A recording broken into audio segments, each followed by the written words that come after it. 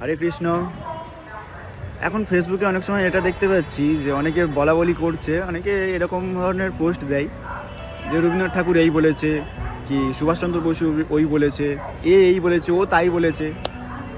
এগুলোর থেকে বেশি গুরুত্বপূর্ণ যে ভগবান শ্রীকৃষ্ণ কি বলেছে সেটা দেখা।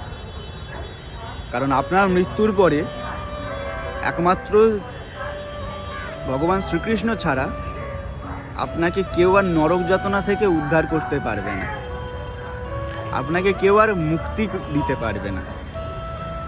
না তো রবীন্দ্রনাথ ঠাকুর, না তো সুভাষচন্দ্র বসু, না দুনিয়ার কেউ।